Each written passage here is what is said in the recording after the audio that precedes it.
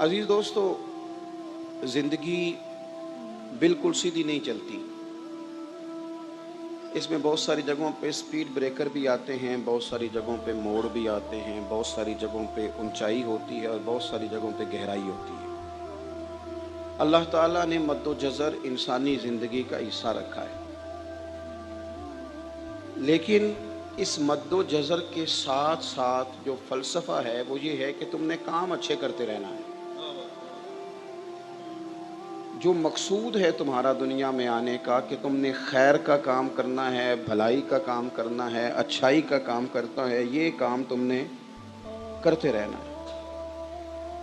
پہلے تو ہم اس طرح کرتے ہیں کہ ہم اپنی زندگی اپنے ارد گرد کے تقاضوں کے مطابق گزارتے ہیں، شریعت کے تقاضوں کے مطابق نہیں گزارتے الا ماشاء اللہ. ہم یہ دیکھتے ہیں کہ آج کل تقاضا کیا ہے، لوگ ذہن کس طرح کا رکھتے ہیں، ماحول کس طرح کا رکھتے ہیں، اس کے مطابق ہم معاملات کو ترتیب دینا شروع کر دیتے ہیں.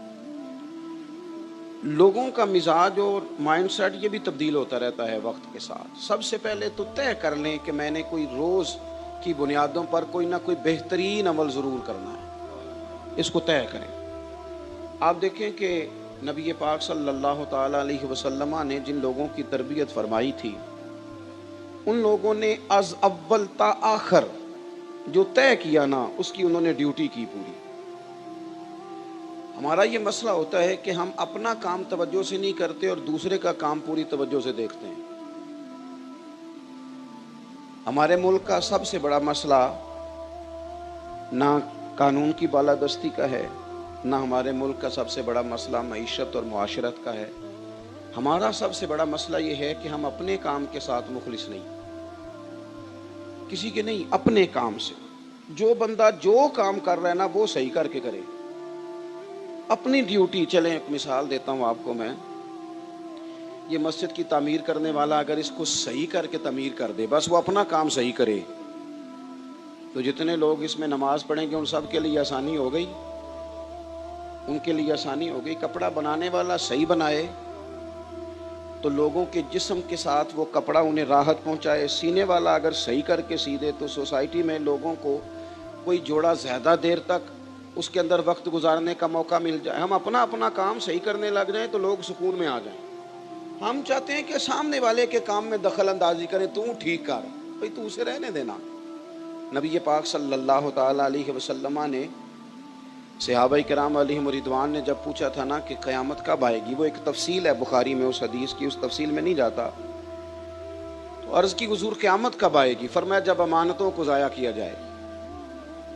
تو عرض کی یا رسول اللہ اس کا معنی کیا ہے؟ تو نبی پاک علیہ السلام نے فرمایا جب عہدہ اس کو دیا جائے جو اس کا اہل نہ ہو.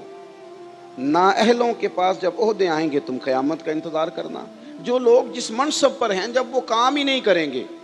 ایک تو اپنا کام توجہ سے کرنا ضروری ہے. آپ جو کام بھی کرتے ہیں اس میں دیانتداری کا مظاہرہ کریں، اس کو صحیح کر کے کریں اور کرتے رہیں. حضرت موسیٰ کلیم اللہ علیہ السلام، صوفیاء نے اس روایت کو لکھا ہے، بالخصوص مکتوبات 2 صدی میں بڑے خوبصورت انداز میں موجود ہے. حضرت موسیٰ علیہ السلام کو نا اللہ کی طرف سے ایک حکم ہوا کہ اس بستی میں جو سب سے نیک آدمی ہے نا اسے ڈھونڈ کے لائے. میرا خیال ہے یہ حکم ہمیں ملتا تو یا میں نیک نکلتا یا میرے پیچھے جو ہاتھ باندھ کے چلتے ہیں وہ نیک نکلتے، باقی نہیں کوئی. اللہ ماشاءاللہ، یہ کیسے ہو سکتا ہے کہ کوئی اور بھی نیک ہو؟ حضرت موسیٰ اللہ کے نبی ہیں. اب مجھے بتائیے جسے حضرت موسیٰ علیہ السلام نیک کہیں گے وہ کتنا کو نیک ہوگا؟ اور پوری بستی میں سے چنا ایک بندہ جناب کلیم علیہ السلام نے اللہ کے حضور پیش کیا، مالک یہ سب سے نیک ہے.